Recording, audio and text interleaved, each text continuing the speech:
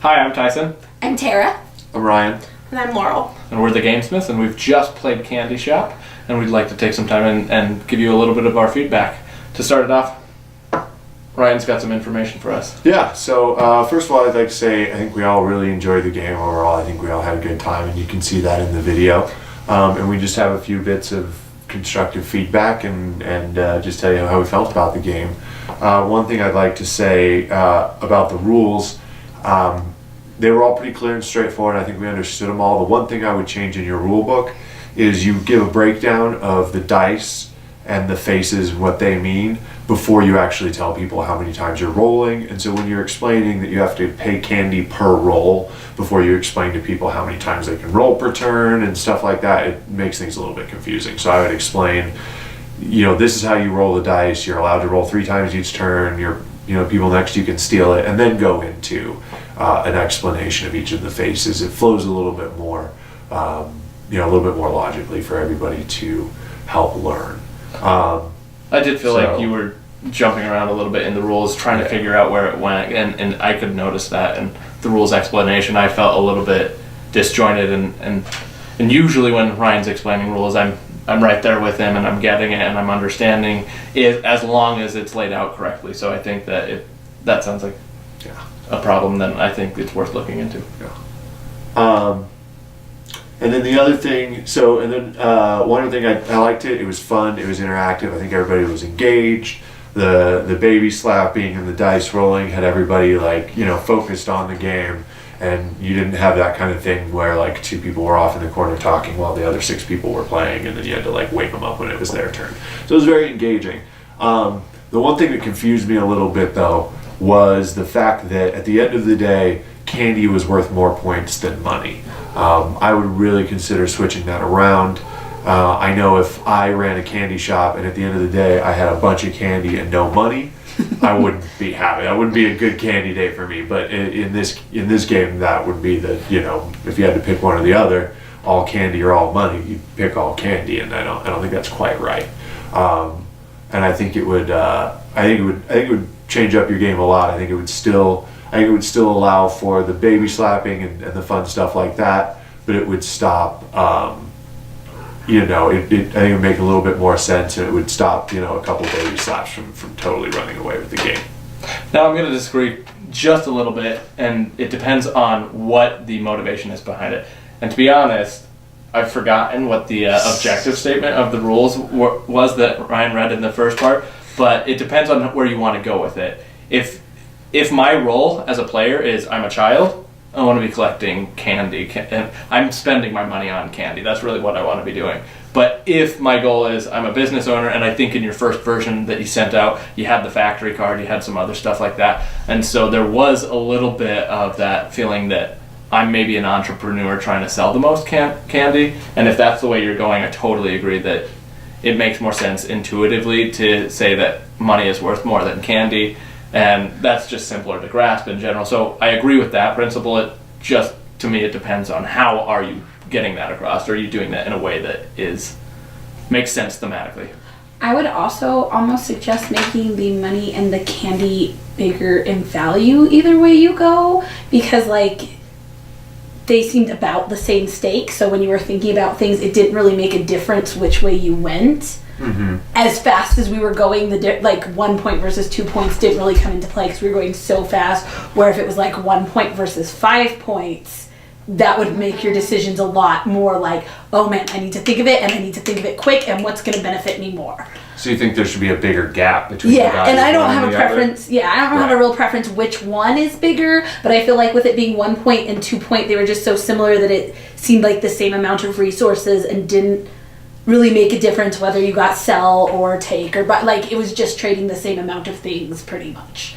Yeah, and in a way I felt there was some downtime that holding on to the dice and making sure to figure out, okay, what is the equation, trying to remember what's the more valuable thing and what am I doing. There is a little bit of that, and that was the only time that I felt taken out of that intensity of the game. But I also think that in some ways that was a welcome break, because I was always on my toes and always I want to grab, but I'm not sure what to do with that. We talked about I think it would be good on the dice. So there's 6 sides, and I didn't get a chance to see which one was duplicated. But I feel like if baby was duplicated, because let's be real, smacking the baby is what we want to do. Like that's the thing you're like waiting to come up. So I think if it came up more often, it would make the game even more like which we started doing anyway. Yeah. And I could agree with that. I'm in between on where I want to go with that, because essentially that was my first instinct. I was looking at the game and I was like, we're not slapping enough in that first round where the game takes longer. We all got fully through our 3 turns per round or per day in that first day. And I was feeling like, I want that baby to come up more because it didn't seem super valuable. But as the days progressed, by day 3, I felt like, okay, I don't want that baby to come up super much every time because I like that pot to grow a little bit. And so there was some, I'm in the middle and I'm not sure where I want to go on that. I think that comes with a little bit more play testing and a little bit more, you have to see how it is. If you have tried it already with multiple faces of baby, and that doesn't work, then I can understand why. But if you haven't tried it, I think it's worth exploring what that feels like and how that works, because I do agree that that was the most engaging portion of the whole game. But yeah, I could see it becoming burnout intensity real quick too. Yeah. Mm-hmm. Well, especially like in the first round, we'd slap it and you'd get like 1 candy. But then as the rounds progressed, like you said, there was a bigger pot. I thought that was more rewarding and that was more fun. We were all like screaming and trying to get Yeah. I did like that intensity build, having like the stakes raised with each day like that, and it was, and I did like that. I liked it was a little slower in the beginning too, so you kind of got a chance to figure out what was going on without the stakes being too high, and then like not immediately being thrown under the bus and losing. Yeah. Yeah. And I mean, it's the kind of thing that's also easy enough that if you want to play more, like the rules are simple enough that you can home shift them to more or less intensity if you want to. Like. Yeah, I think that would be fun. Yeah. One of the things that kind of touches in on that a little bit was the length of play of the entire game. Again, this is one of the ones that I'm not sure how I feel on, that I think requires a little bit more in-depth play. If our gameplay was the average play length and it could exceed that or go lower than that, I think there may need to be some evaluation on that, because I think that there was a point at which I was like, all right, I see Adam at 140 towards day 3. He's got 140 points, and unless there's some miracle that allows me to get this pot, I'm not catching up to him. And he went and tried to do the whole hacking system and just try to end the game because he knew he had a significant lead, which ended up working out for him, but could have backfired. And I was jumping in and I was going, well, I need to tap that pot every time, because the only way I can win this game and beat Adam is if I can grab that pot when the baby comes up. So I was going for it every time. And I think actually that changing the economy to make money worth 2 and candy worth 1 actually solves a lot of that problem, because the big swings, at least as far as the number of tokens you're taking, comes from slapping the baby. There's not a huge amount of money that changes. Like, there's not big swings in money generally that are changing hands. And so it allows less of those big leads in the beginning, because it's tougher to get all of someone's money than it is all of someone's candy. Yeah. And so you can have the candy, and to me, if you're a candy shop owner, like, candy's kind of Coming dispensable. in, It comes, it goes, it comes, it goes. You really want to make the most profit at the end of the day. And so I think that allows for, like, your baby can steal your candy and this kind of thing. And then the game isn't, like, while the slapping's really fun and engaging, ultimately it becomes 100% of the game is the slapping. And I don't think you quite want that. So I think that making the candy less valuable but more, easier to modal, change hands. like that it moves faster but is less valuable, I think would address some of the length of play issues and address some of the, like, oh man, that guy got off to a way big lead in the first round, what's the point? But I also did see that you seem to be, the point swings were bigger in later rounds too. Well, So, but yeah, I think And especially if this is, and I don't know if you're gearing it towards kids, but it would be a great game for kids, because they would love slapping the baby. They will, like, if they sense that there's no chance they're gonna win, they haven't quite learned the fun of the game yet, and they'll be done. Like, so I think that balancing it out and keeping it like that there's a chance longer on would be really good for that too. With that being said, I totally agree with Tara, and I think she brings up a good point on the whole concept of your audience. And I think that the great thing about your game that I really wanted to compliment you on was that your audience can be anybody. At first, when I saw the prototype and I saw these baby figures and some of the components, I was like, I don't know if I'm going to get into this theme very much. I don't know if I'm going to like it. And invite a bunch of grown-ups over. Yeah, to play exactly. And then we've got 8 adults slapping a baby, and I realized quickly that I was like, I'm enjoying this a lot, and it reaches any audience. You can play this with any group. It can be with a bunch of kids. It can be with a bunch of adults. It can be with gamers, non-gamers. It can be with anybody, and I like that about the game, and I think there's a lot of really good things to be said in that regards. Well, and I have a huge family, and I would love to like bring this home for Christmas and play with my family. It would get crazy, and it would be a lot of fun. Yeah. Using this in a class would just be like this would be their favorite game. They would want to play it all the time.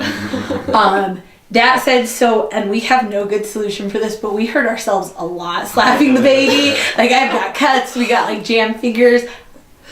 We didn't really come up with a great solution for that problem, and I would play it even at, like, I still enjoyed it with the risk of injury, but we did hurt ourselves a lot.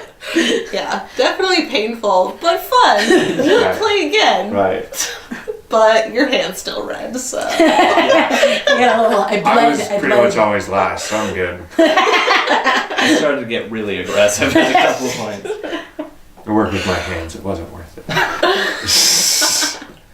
Do you have anything you wanted to add? Yeah, the other thing that I just wanted to touch on was the die is really like difficult to see. Just the colors on it. I think changing the color scheme, if you're going to be doing that, I think that would be worth Yeah. And switching up. I don't know. Yeah, I don't know. It was just, it's a little difficult to read from a distance. You got to be careful. That was the one thing is this, this is the table that we have.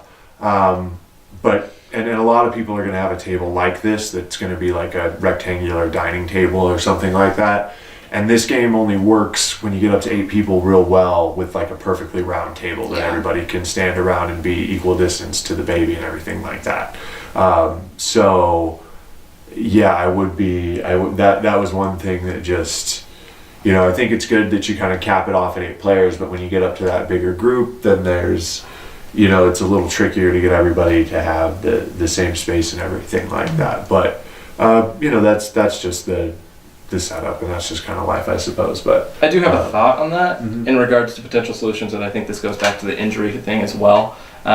If you've ever played Spoons, it's a very common household game where you play with a deck of cards and a pile of spoons, and the objective is similar, and everybody's trying to get all of the things, but there's one less spoon than there are musical players, chairs, right? basically. So it's a musical chair effect, exactly. Right. And so if you have like a candy token or an icon that everybody could reach for, and the last one to grab one is the last one. The first one gets it, and that may be difficult. Well, you could have a colored one that was Right. slightly like the Or best one. You could have cards, and like the top one is like the first one, and then the person Everybody grabs Then it. it could But be then it's scattered still, and- it's still yeah. slapping. yeah, you're gonna rip that But the card. slap, We would've ripped that slapping card. is the fun Yeah, the part. slapping Like part I is. don't We do want like to the not. slap. I wouldn't want slap to remove any- it, but I also think there are potential alternatives if that Well, I were a think when complaint. you're- But I think when I you're- think that's just everybody needs to I think figure when that you out. have a group of adults, We just also slap we really just hard. slap really Yeah. hard. Yeah. So, it's just But, okay, it just comes down but- to the damage we did to each other compared to the damage a bunch of 3rd graders did to each other, Right. they would be like war zones, rejects, Maybe just send a free package of Band-Aids. yeah. With the game. But ultimately, I think we had a really good time with the game, Yeah. and I think that I would love to play that again. Yeah, I think Oh, we yeah. all had a lot of fun. I think, I think maybe just, I honestly think it's pretty good. I think the only issue is the can be too much of a point swing, and some people can feel a little left out right from the beginning. So maybe messing with your point economy a little bit to keep players a little tighter together might help. But overall, great game. Thank you very much. Yeah, thanks. And Thank good luck. you. It's awesome.